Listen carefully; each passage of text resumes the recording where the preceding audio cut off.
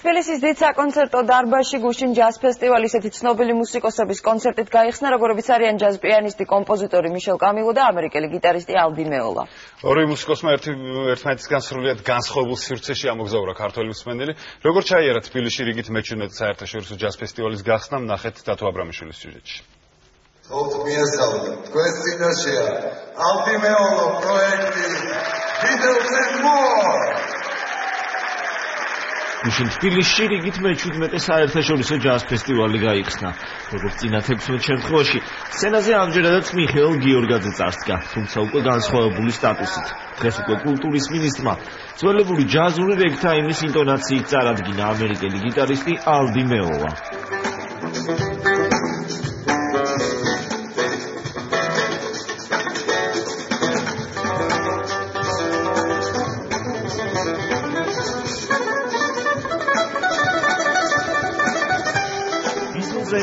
ასე დამაინტრიგებლად ჟღერდა ჯაზ ფესტივალის პირველი კონცერტი, რომლის მთავარი გმირიც ამერიკელი გიტარისტი იყო.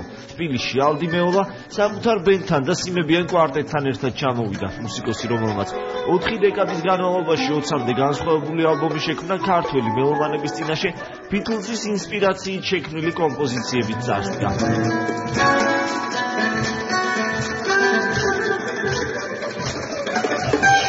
ახლა მივხვდი მაკლაფლინის რატო უნდა და აი ამ კაცთან ერთად დაკვრა და ესეთი რაღაც თავდაბალი მუსიკოსია. ესეთი ძალიან მაღალ მე მგონი ისეთ დონეზე ჩაატარა სუფთად და კარგად. მაგრამ ძალიან მაგარია ძალიან. საბოლოო ჯამში შემიძლია ვთქვა, რომ მშვენიერი საღამო შედგა, როდესაც პირველად უკრავ სადმე გეჩვენება, რომ ის პუბლიკა არაფრით გავს სხვა რომელიმეს და თავისთავად განსაკუთრებულია. შემიძლია ასევე აღვნიშნო, რომ საღამოზე მშვენიერი საუნდი იყო, რაც აუცილებელია, როდესაც გიტარაზე უკრავ. სიამოვნებით დავბრუნდებოდი, თუ კი მომავალშიც მექნება შემოთავაზება.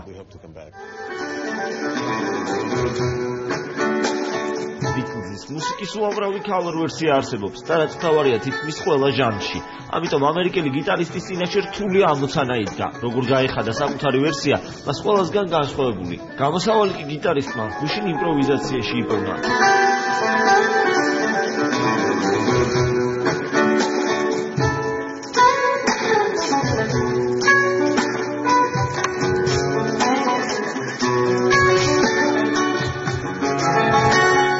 მეოლა როგორც თვითმყოფადი მსოფლიო დონის ვარსკვლავი მსმენელმა 1991 წელს გაიცნო, როცა საკონცერტო ნამუშევარში Friday Night in San Francisco ის ისეთ დიდებულ გიტარისტებთან ერთად წარსდგა ტრიოში, როგორებიც ჯონ მაკლაფლინი და განუმეორებელი პაკ დეუსია იყვნენ. მეოლამ მაშინ ტრიოში ლარი კორიელი შეცვალა. კონცერტის შემდეგ კი ის უკვე ნამდვილი ვარსკვლავი იყო.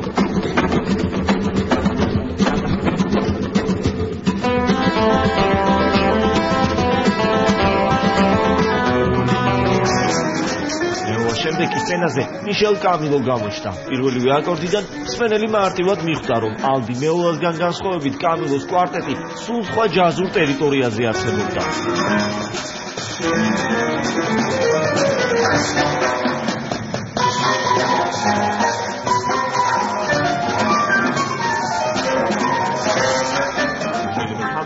რომ მიშელ კამილო წლევანდელი ფესტივალის ერთ-ერთი მთავარი მეგა მოვლენა იყო. კამილო სცენაზე საკუთარ ტრიოსთან ერთად წარსდგა, რომლის შემადგენლობაშიც განუმეორებელი დრამერი კილფორდ ჰალმონდი და ბასისტი ლინკოლ გოინესი იყვნენ. კამილომ ჯაზ მხოლოდ 14 წლის ასაკში მოусმინა. არტ ატუმის კომპოზიციამ სახელწოდებით Tea for Tom მისი ცხოვრება საბოლოოდ შეცვალა. ზუსტად 2 წლის შემდეგ 16 წლის კამილო უკვე ეროვნულ სიმფონიურ ორკესტრში უკრავდა.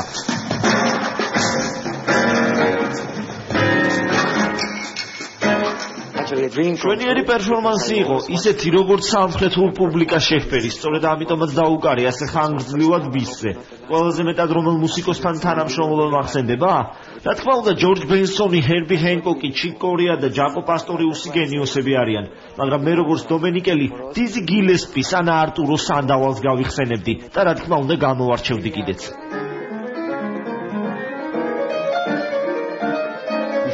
კონცერტზე ძველ კომპოზიციებთან ერთად კამილომ ბოლო ალბომი WhatsApp-იდანაც გააჟღერა 4 კომპოზიცია. დღეს კი თბილისის ჯაზ ფესტივალის სცენა უკვე ისრაელიდან ჩამოსულ ანეტ კოენსა და მის ბენდს დაეთმობა.